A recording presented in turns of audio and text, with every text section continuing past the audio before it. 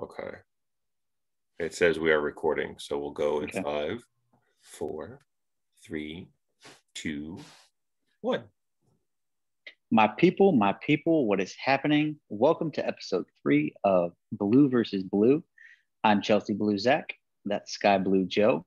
And blue may be the color, but it is definitely not the mood for Joe and I. We are both fresh off two-legged victories over Porto and Borussia Dortmund on, advancing in the Champions League to the semifinals. Joe, how you feeling, man? A lot better than I was feeling about halftime yesterday when Dortmund scored and we did not respond in the first half. But we came out in the second half and took care of business. It was a complete domination for us in the second half. They had the ball the majority of the time, scored 2 goals, and we are through to the semifinals, a place we have not been since 2016. So it is nice to get that off of our backs and see Pep get us through into the semifinals. So I'm feeling really good today. Yeah, it's ironically it's a place that neither Chelsea nor City have been in quite some time. I think 17, 18 might be for us when Atletico Madrid knocked us out. Mm-hmm. But it's definitely happy days in the cities of Manchester and London right now for these two clubs. They're both playing on excellent form. And they are hoping to face off in another match coming up. Tonight, we're going to preview the FA Cup matchup coming up between City and Chelsea this Saturday. If you've caught the shows previously, you'll know that I will not be available. I will not have my phone. You will not reach me. And I do not want to hear your calls, your texts, or your messages. Just let me be.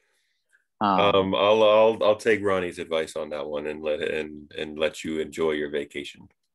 Please and thank you. It is much needed. Now that goes for you as well, because if y'all win, I better not be getting any messages from you the other direction. No, you will not get anything from me. I'm a gentleman and a scholar in that. That you are, sir. In that realm of things, I will. The only message I will send you one way or the other will be a good game, sir. Good luck in the Champions League, and hopefully we meet in the finals, regardless of the outcome Saturday. Mm-hmm. Absolutely. Like I said, we're gonna preview the matchup and talk a little bit about the state of our clubs. But first, Joe, why don't you tell me a little bit about the FA Cup? Just give me a brief rundown and basically how we got to where we are today. A couple of quick points for the history for our guys that are newly initiated and might not know too much about this one. It is a club competition that has been going on since 1871. That was the first year that the FA Cup came into existence. It's the oldest club competition across all the European countries. It is for all of the clubs in Britain. So Scottish clubs, English clubs, all participate. Our boy Ronnie, shout out to Mr. Big Shot. This is Arsenal's competition. They have won it 14 times. That is the most of any of the clubs. Manchester United is second. They have 12. Tottenham has 9.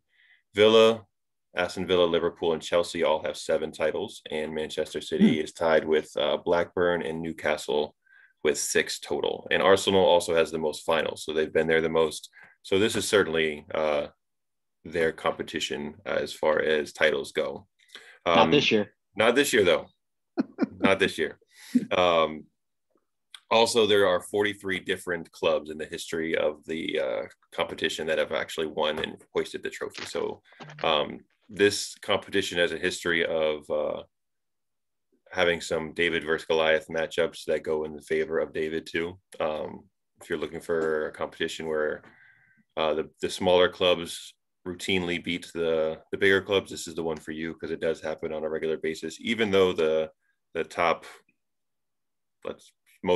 all of those clubs that I just mentioned are really big English clubs, but that's just because they've been around a really long time. So a lot of parity in this particular tournament. Player who has the most FA Cup titles is also someone from Arsenal, but also from Chelsea. Our boy Ashley Cole Ooh, I was going to guess Cesc, has the but most. Ashley Cole. He has 7 titles, FA Cup titles, 3 with Arsenal and 4 with Chelsea. So he is your big name in the FA Cup. He's got the most titles and for individual awards. And then it's fitting that we're recording this on April 15th because it's also kind of the anniversary of one of the major disasters that would have happened in the sports world. And a semi-final matchup between Liverpool and Nottingham Forest. It's called the Hillsborough disaster, where 96 spectators lost their life when part of the stadium collapsed because the security and police officers decided to open up a gate and let more spectators into a standing room only area, and then it just got overcrowded and too many people were there, and it was an older stadium and it couldn't handle all the excess weight.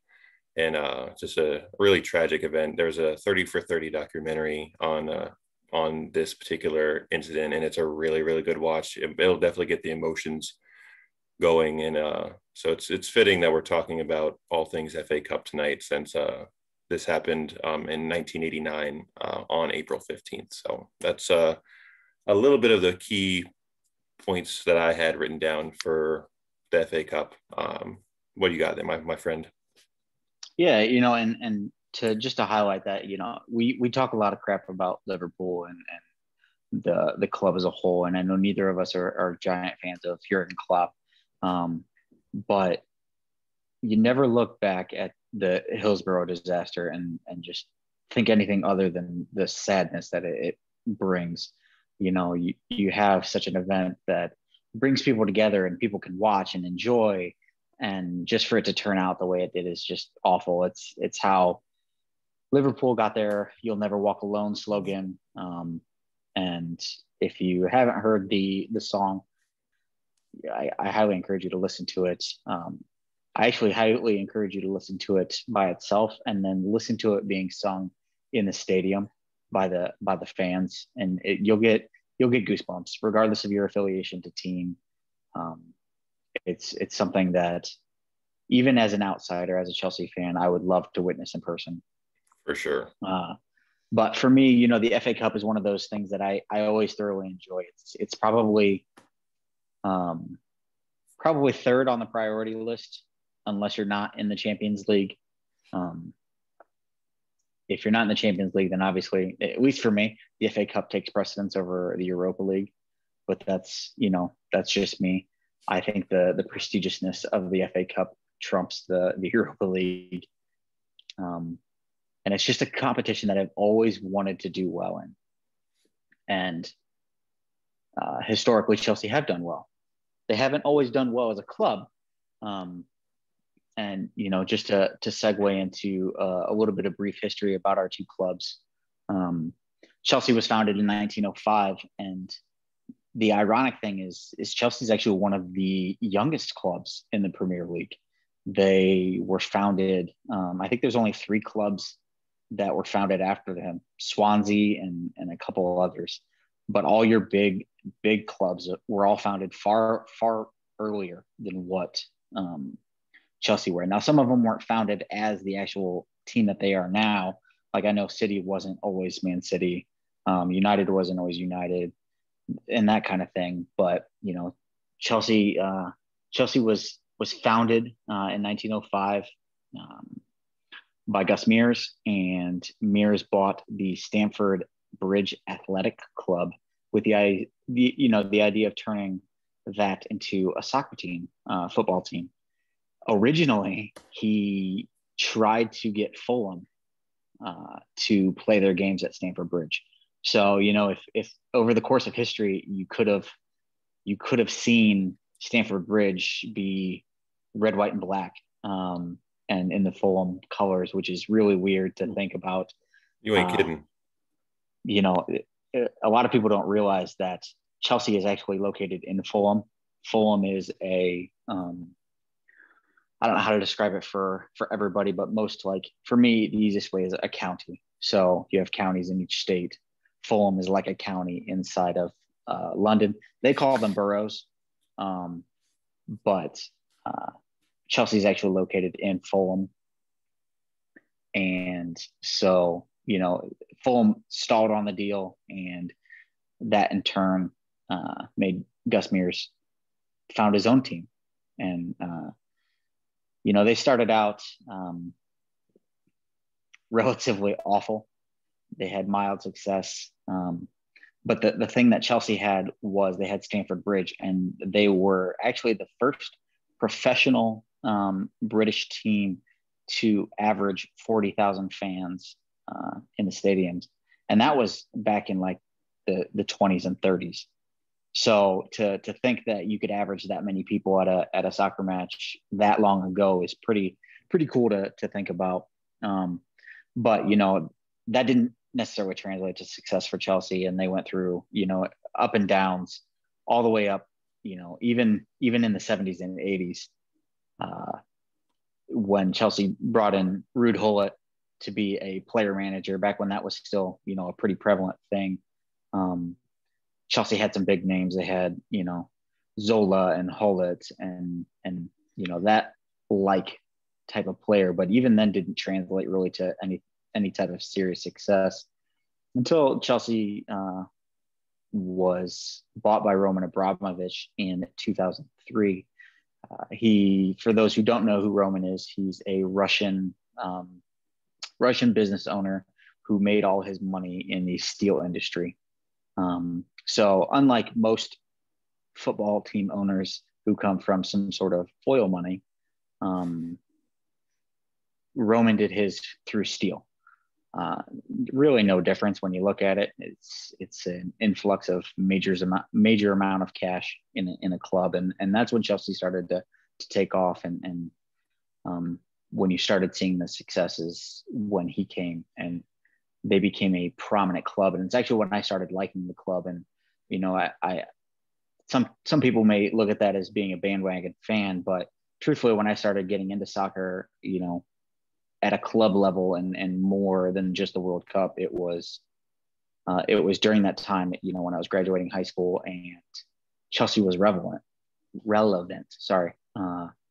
And for me to cling to them was only because of their actual relevancy. So yeah, you could construe it as something as a bandwagon fan, but I've been hooked ever since and haven't looked back.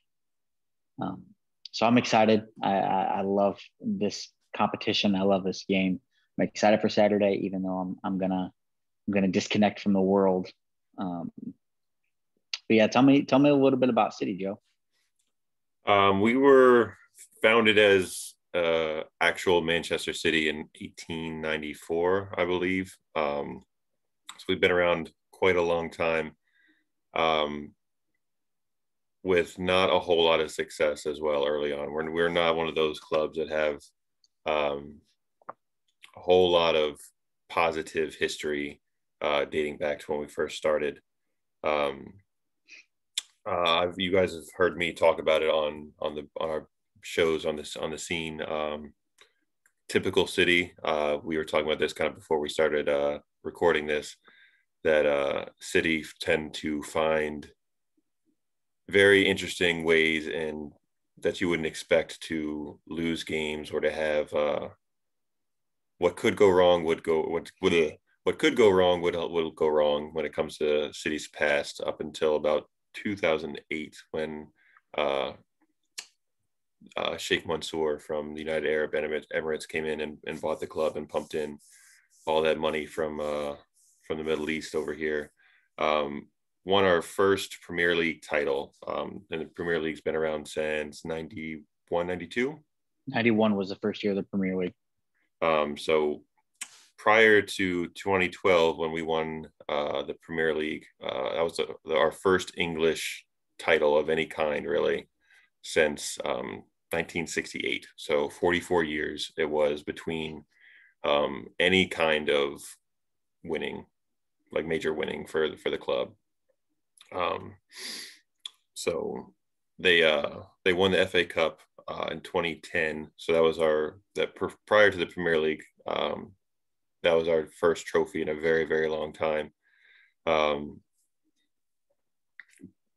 Typically catch a lot of grief from a lot of other fans because they're a more recent success story. And a lot of it has been because of the money that has been pumped into the club, not just in buying players, which we've talked about a lot, but completely changing the infrastructure of the city on the blue side of Manchester. They've developed an academy that is one of the best in the world. The facilities are top notch. If you watch any of the All or Nothing documentaries on Manchester City from their title winning season in 17-18, just seeing where everyone goes to work every day, and then just seeing how serious they take that's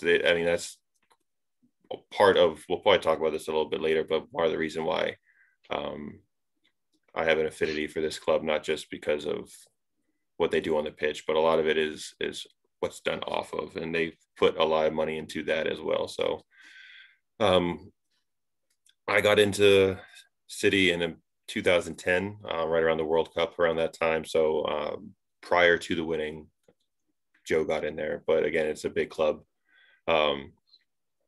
So I have dealt with the same kind of thing where people have accused me of just jumping on the bandwagon. And when I tell them I'm a City fan, they're like, "Oh, you probably only liked them for a couple of years since they've been winning." I was like, "Not so Not so fast, my fast, my friend. friend.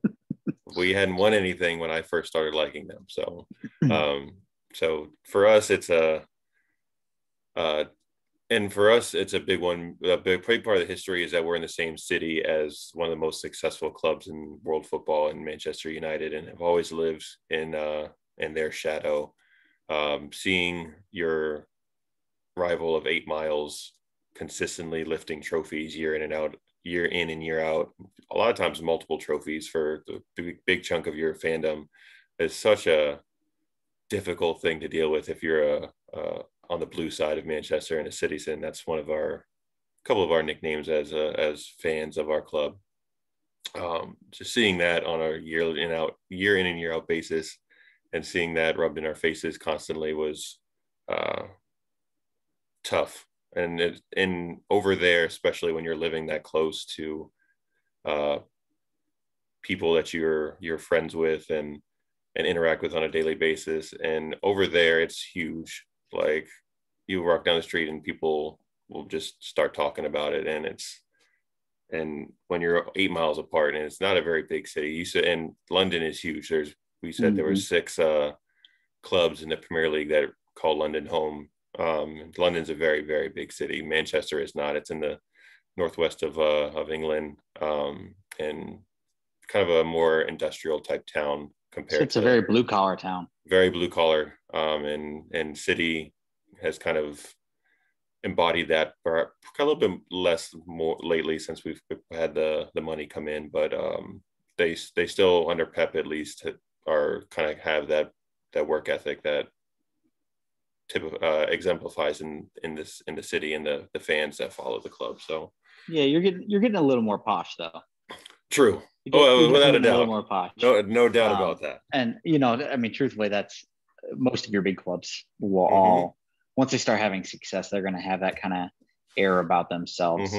For sure.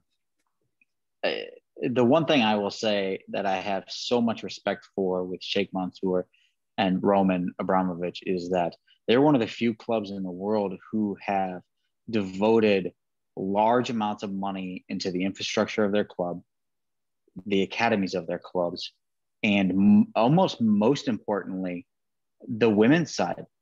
City and Chelsea both have exceptionally talented women's teams. And I know that City just crashed out of the Women's Champions League just in the last round to Barcelona. But, you look at that squad, and I know that Rose Lavalley is there for us, Americans.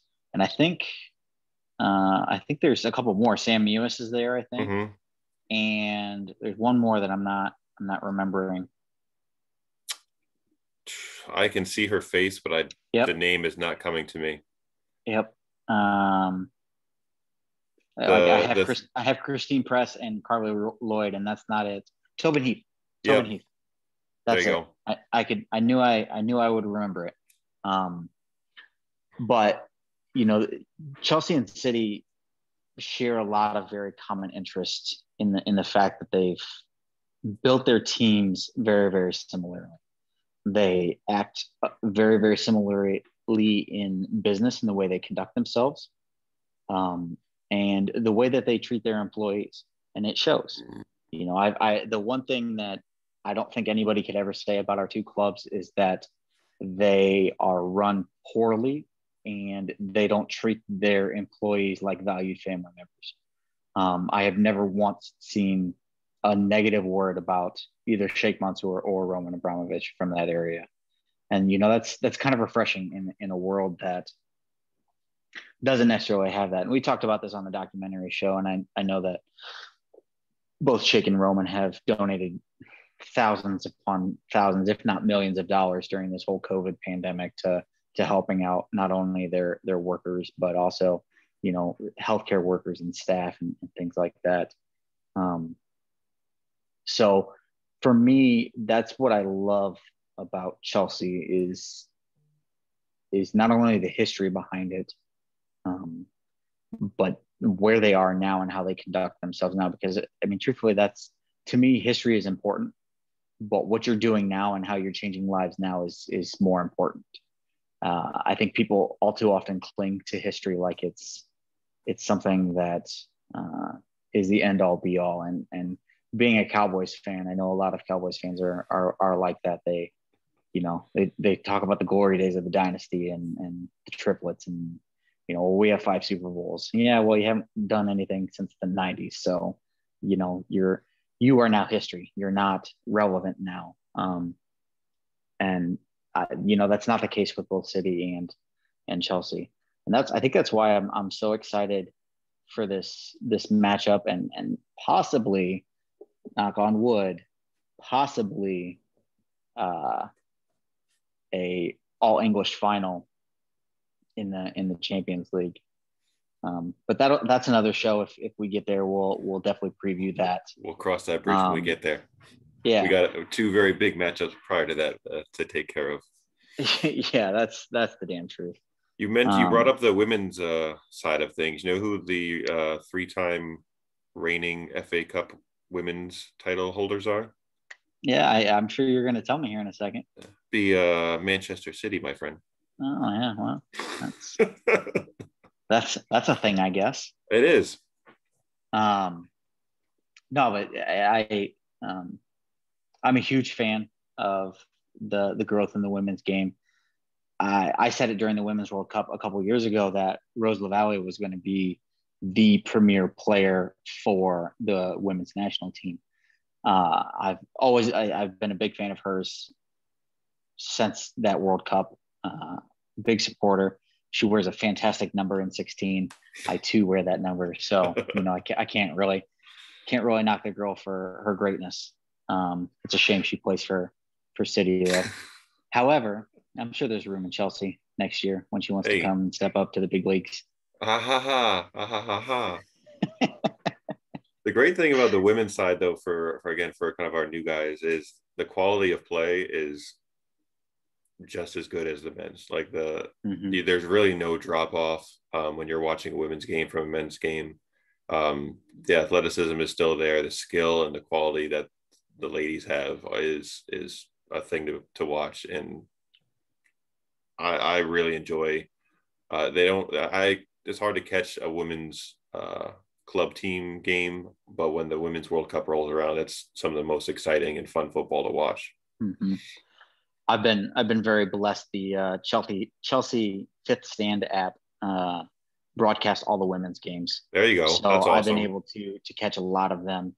And Joe's exactly right. Much like our 94 feet of life, homies, they're always talking about the WNBA and how the talent drop off is not as drastic as what you may see, may think. It's the same with women's club soccer and women's international soccer. The only difference, really, in my eyes, is the speed, and not the speed of the actual game, because women still play at a very, tiki-taka, quick style of game. I'm talking like physical speed, just because men and women are genetically wired a little bit different. Men are faster than women. That is really the only difference that I see, and truthfully, I tend to think that the women's side is a little bit more technical and a little bit more gifted technically than you see on the men's side. I would agree with that. I don't know. I don't know. Is the FA Cup for the women's done? I'm not sure. I'm on the City website and it has the cup winners. So I just was noticing. Of course, you're on the City website. It's just, yeah, of course. Have to. Yeah, whatever. So, ironically, as storied as these two franchises are, they've only met a total of 6 times in the FA Cup. And City hold the all-time record, 4-2. However, Chelsea won the first one, the very first matchup, and Chelsea won the last matchup, most recently in 2016. But as Joe and I discussed earlier today, that was a less than stellar Manchester City side that they fielded that day. And Chelsea fielded pretty much their starting 11. It had a few outliers and a few non-normal starters, but for the most part, Eden Hazard was on the pitch, Diego Costa was on the pitch, Cesc Fabregas was on the pitch, Willian was on the pitch. The best player, I think, on City's side was Pablo maybe Zabaleta. I was going to say Di Michelis, or Willy Caballero. I pulled up the list that you sent me, and yeah, I looked at it the first time and just laughed. But I'm looking at it again now that we're talking about it. Almost every player on there was a teenager, minus a couple, and then the other ones were all like late 30s. Mm-hmm. And of that squad, I think, of the young players, the only one that I know that is still relevant is Iheanacho. He's the only one, and he's playing well for Leicester right now. The rest of them, Tosin Adarabioyo is playing regular minutes at Fulham at center back. He would be number 2 on that list, but the rest are not at all household names. So we definitely did not field our strongest lineup for this particular matchup. I mean, to be fair, Caballero is, but that man is. He's still Argentina's number 1 for now. But I should tell you something about Argentina's goalkeeper situation. Considering where he sits on Chelsea's depth chart right now. 3rd. And he's so far down that they even talked about playing Petr Cech, above him. But that's neither here nor there. I have no complaints with Willy Caballero. He's a fantastic goalkeeper.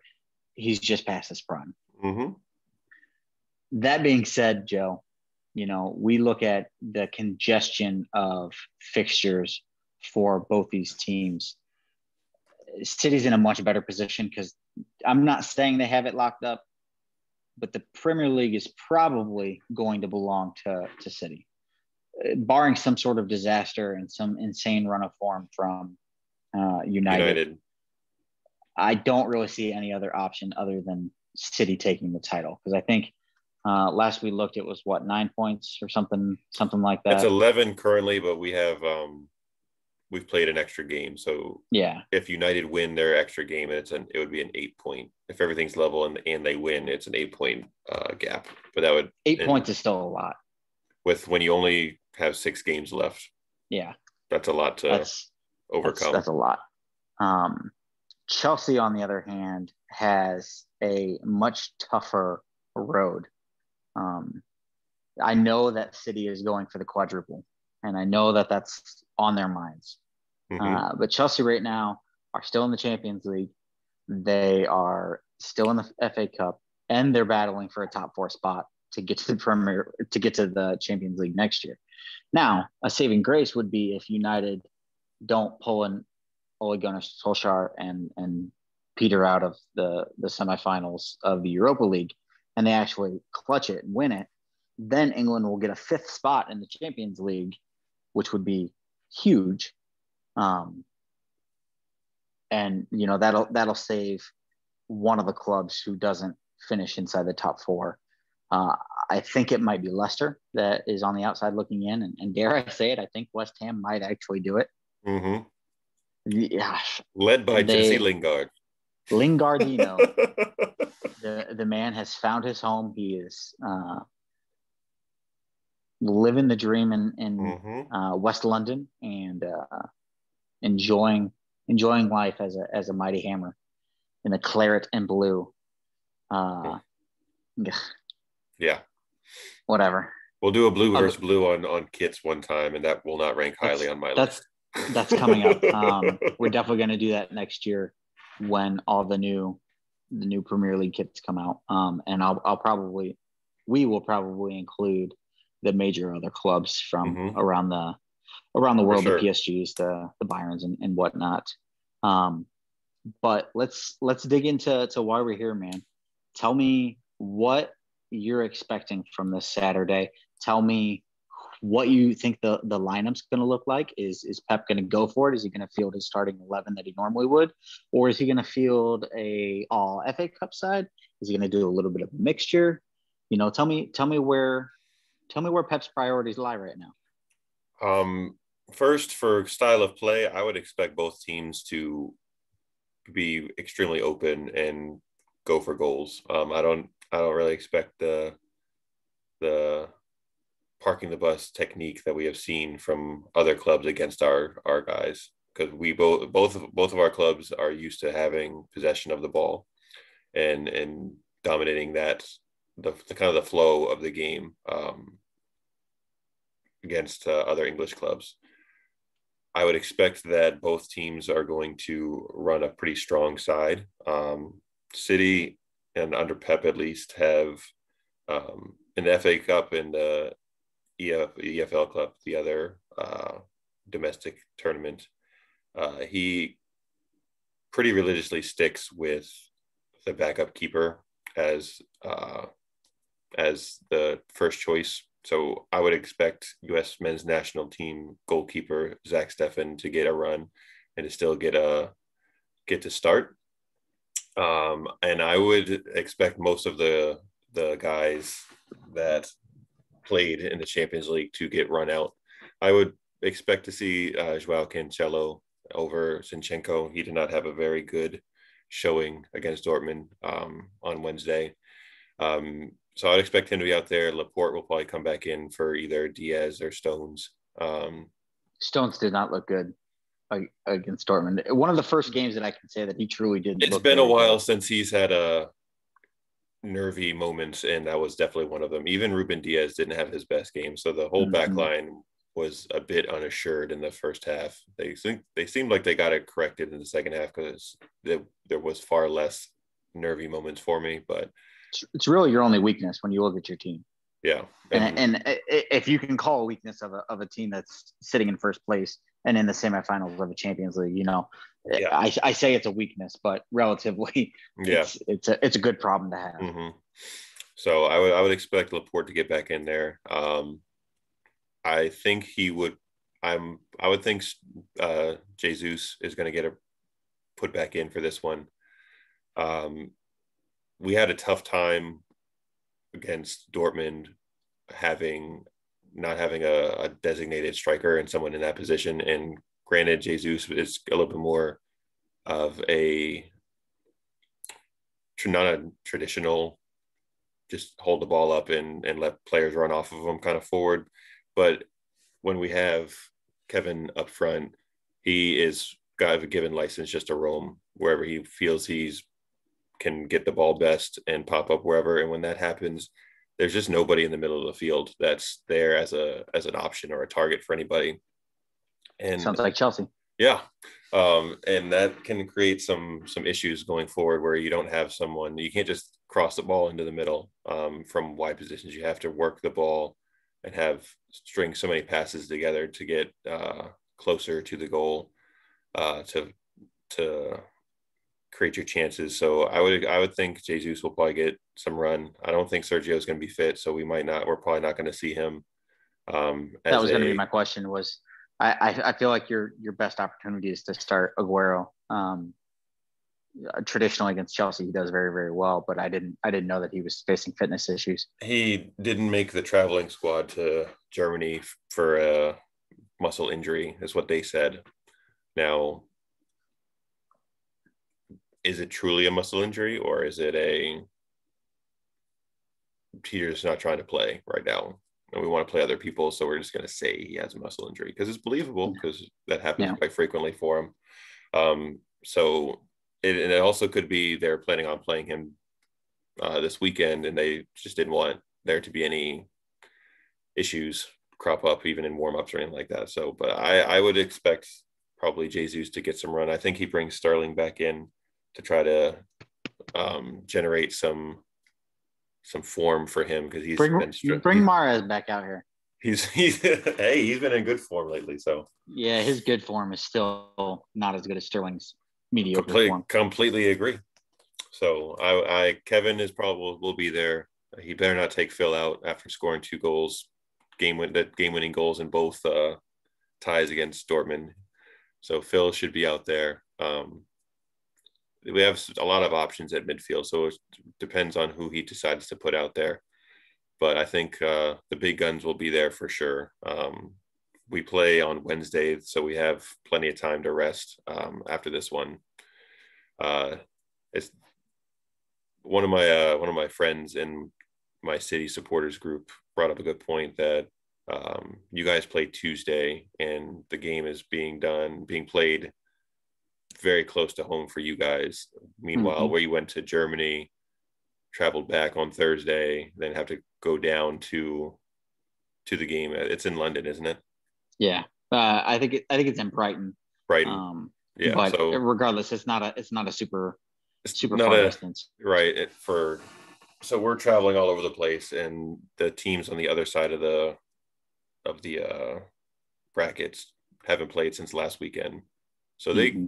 very easily could have given both of our teams an extra day and put our game on Sunday and put the other game Saturday.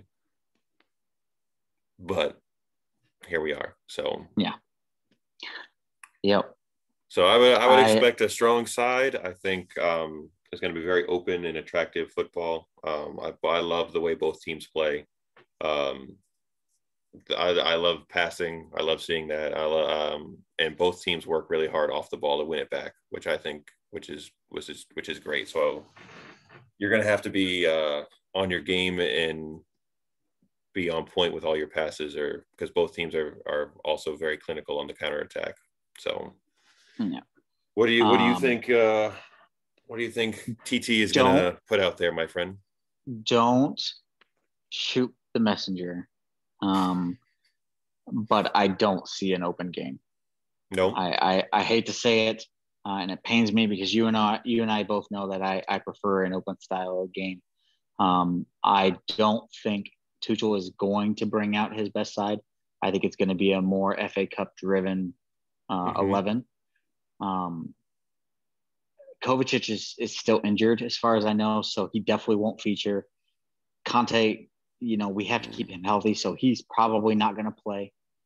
Um, so you're looking at probably a midfield of Jorginho and maybe Billy Gilmore, which isn't bad. I love Billy Gilmore. I love the tenacity that he is. He's a even smaller version of N'Golo Kante, which is really weird to say considering Conte's N'Golo is tiny. like 5'6", but Gilmore's like 5'4" and like 100 pounds. But he plays much bigger than that. But I love what he brings to the team. But I don't think it's going to be a very, very strong side. I would imagine Kepa will be in goal. You'll see probably Zuma, Azpilicueta, and Rudiger. I don't know if Christensen is fit because he is injured as well, which sucks. And I know they want to keep him for Champions League and the top four run. You'll probably see either Callum Hudson-Odoi out at right wing back, or I'd probably Callum out at right, and he'll probably play Marcus Alonso on the left. Up top, it could be a myriad of things. I would imagine he's going to bring Timo out since he didn't play either against Crystal Palace or Porto in the second leg.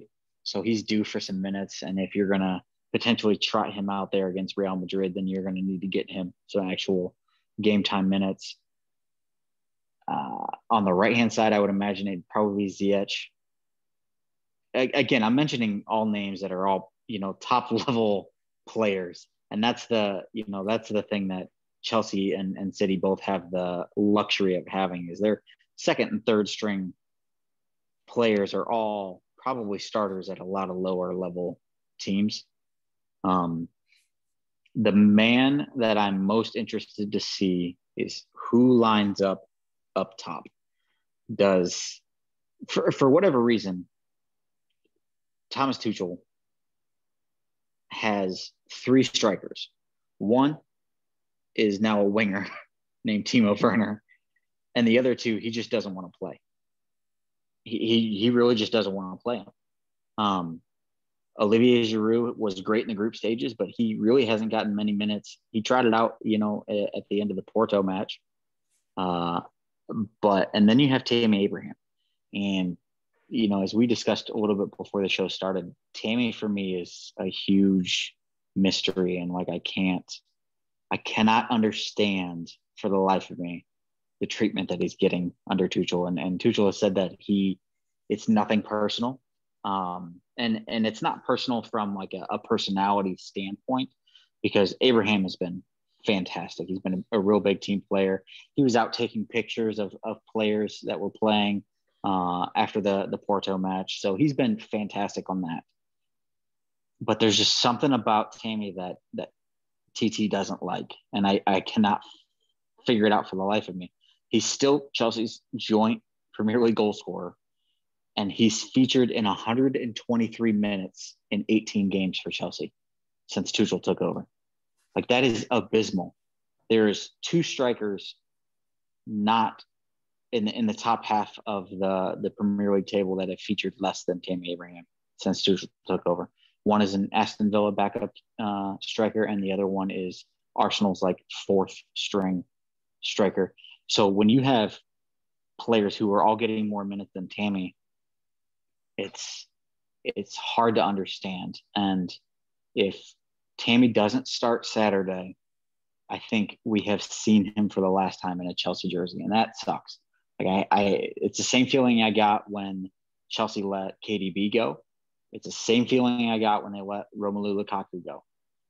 Chelsea fans at the time were like, oh, well, they're good, but they're not Chelsea class. Like, they're not, quite to that snuff.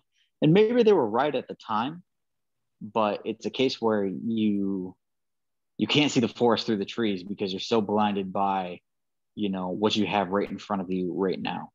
And it cost him. It cost him in probably one of the greatest Premier League midfielders. Arguably, he's gonna go down. Will be ever. He will be up there with the likes of guys we talked about on the show the other day. He is just as impactful, if not more impactful, than what Frank was for Chelsea during his playing days. And he may not be as big of a goal scoring threat as what Frank was, but he's still very, very dangerous with the ball at his feet inside that box. And even outside the box for that matter. So to see, Chelsea fans just give up on Tammy because he's not, not that 25 goal scorer or that 30 goal scorer, it's really discouraging. And I really hope that for all things Chelsea, that we see Tammy start on Saturday and he has a good game. He gets his confidence back, and because truthfully, I think we could benefit with him against Real Madrid. He's the perfect striker to play against Real Madrid in my eyes. The problem is he's got a long way to go to get to that trust level for Tuchel to start him against Real Madrid. So while I would love to sit here and say that Saturday is going to be this open, free-flowing bonanza, I'm not too confident that that's going to be the case. I think that Chelsea kind of adopt that Leeds-esque style, try to maintain possession, try to kind of very, very pragmatic, very, very methodical, and capitalize on the few chances that they will get, because like we've talked about, the one weakness with City is their defense, and that's not really that big of a weakness altogether. So you got to capitalize, and that's the key to beating City, is you got to capitalize on the very few chances that they do give you. And the one problem that Chelsea has is they're not very clinical right now. They don't have that goal scoring prowess that you normally see when Eden Hazard was here and Diego Costa and Didier Drogba. So if Chelsea are to win, and if they win on Saturday, it'll be because they took care of the few chances that they were granted by City. Okay, we will certainly gift the occasional easy chance. And what typically happens when we say typical City is we'll make a really boneheaded play like that once or twice in the game, and both times the other team will put those chances in the back of the net. A lot of times when we've lost to lesser teams, not saying you guys are lesser teams, but as an example, the other team will have maybe 3 shots on goal and have 2 goals, and we'll have 18 or 19 on goals and maybe have 1 and end up losing and dominate possession. Look at Leeds. Yeah, prime example. 10 men, 2 shots on goal, 2 goals. 2 goals. That's the kind of thing that often happens to us. So that might be the blueprint. I really guess it depends on squad selection and how that's going to be interesting for sure.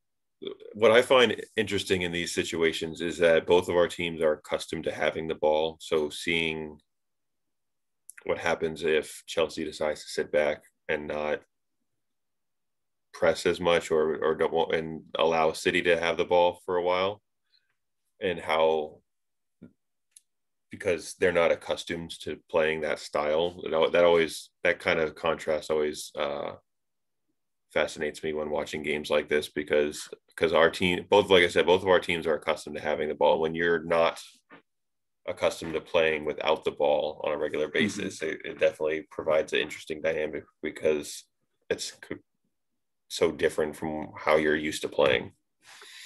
I don't think Chelsea necessarily want to give up the ball any more than what they normally do. I think that even by them sitting back, they still want to maintain possession. They just want to maintain it in their half of the field. The problem is that City are head and shoulders over where, when you do that with teams to allow them to make mistakes, and that's when you capitalize. City is less likely to do that than, a Crystal Palace or, right. And that's not a slight on any of the other teams, or as you put it, lesser teams. It's just, that's the nature of the beast. That's the nature of the way that the Premier League is written this year. And I mean, mostly every year. But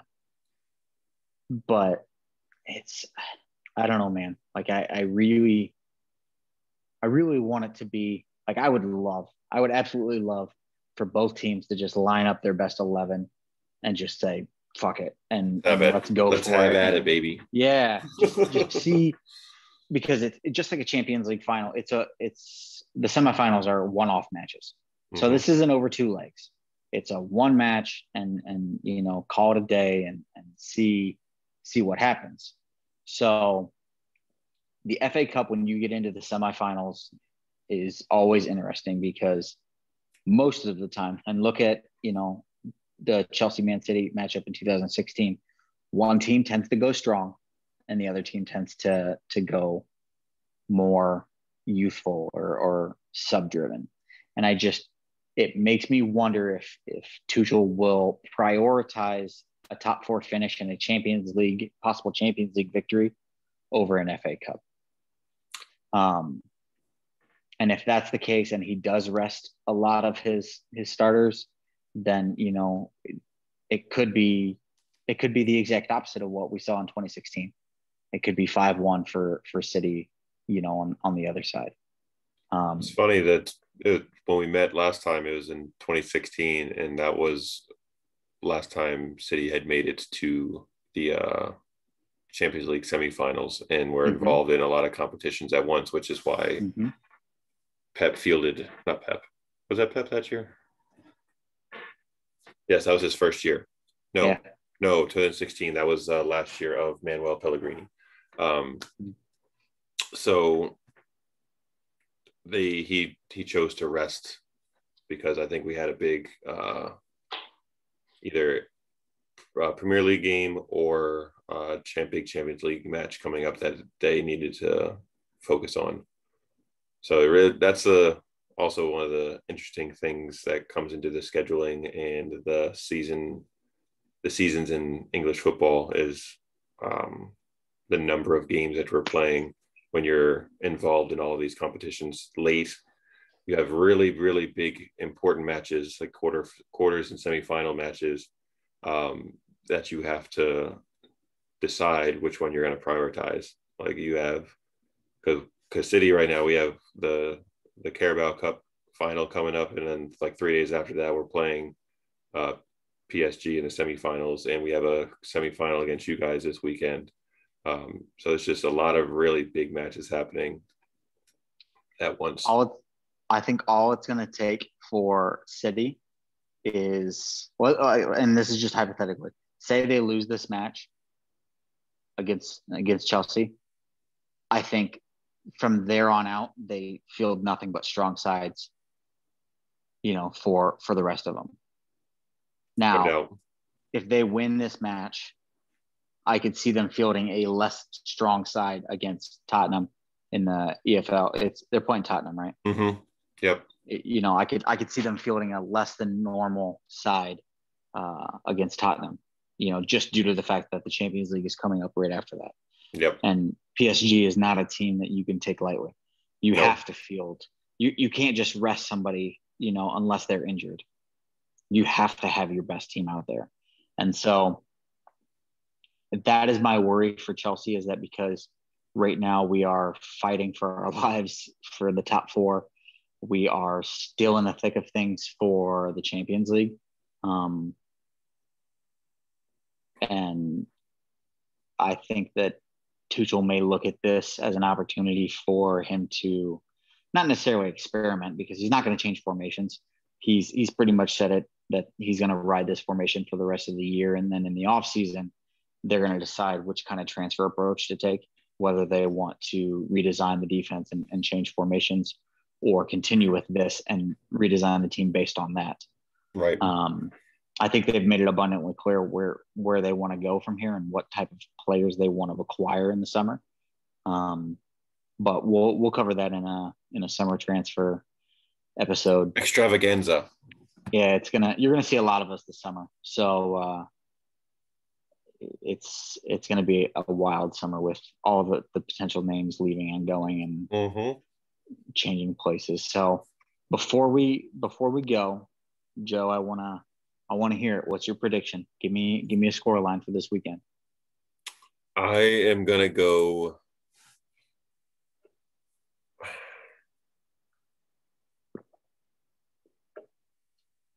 2-1 City.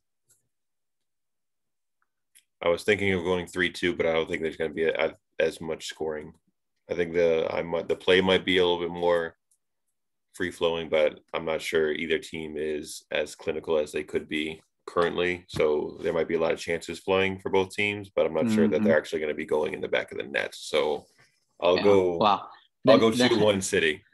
Not to mention you have probably Zach Steffen, who has only really been getting FA Cup minutes and EFL Cup minutes and Correct. It's been a one while. Champions League game. Yep. And then you have Kepa, who has a ton of experience, but is known for his, now I won't say careless, but questionable play out of the back and leading to mistakes.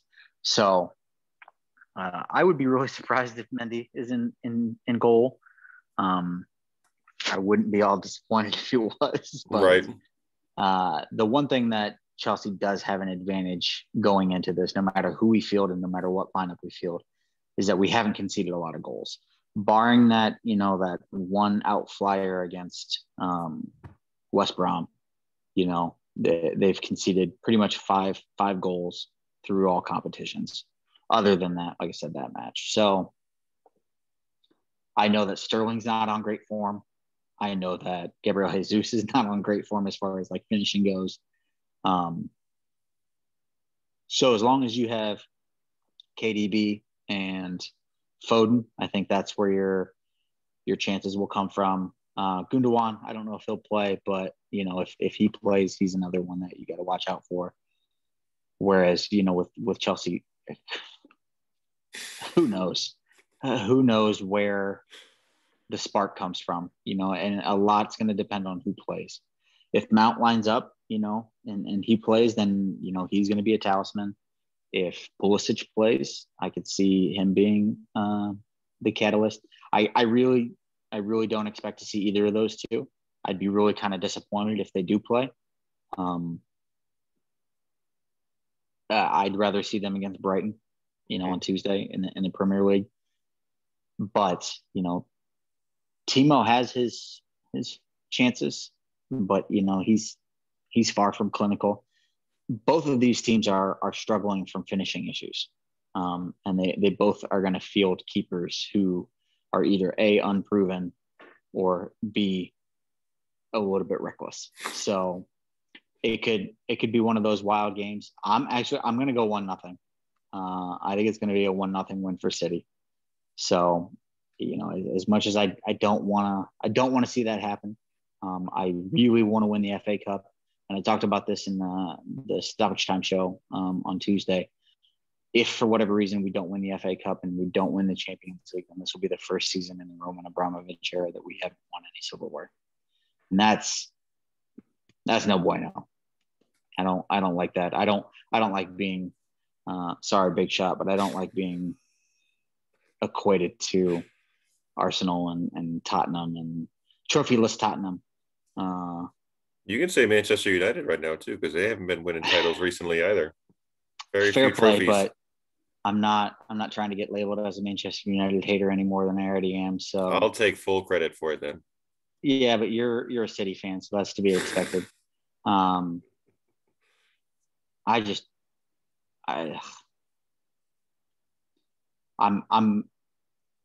hopeful, but not optimistic. I feel like I'm Jerry going into this matchup. I would love to see the result that I want, whether it be 1-0 or 2-0 or 2-1 or whatever it is. Hell, they can come down to penalty kicks for all I care.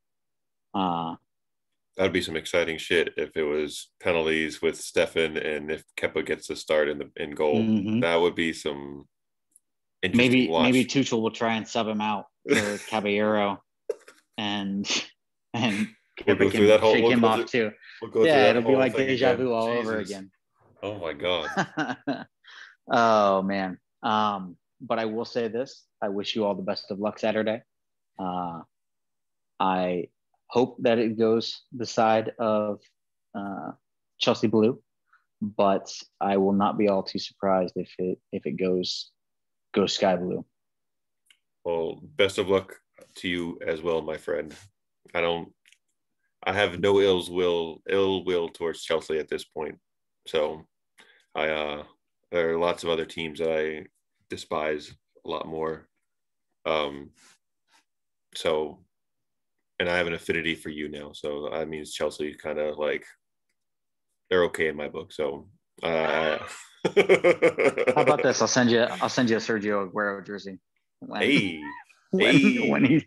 he signs in London. Oh, I truthfully, I don't think it's going to happen either, but I like the banter. Um, indeed. So so we'll touch base again on Tuesday on the scene on stoppage time with Ronnie after the matchup and see what the result was and kind of preview the semifinal rounds of our Champions League matchups too.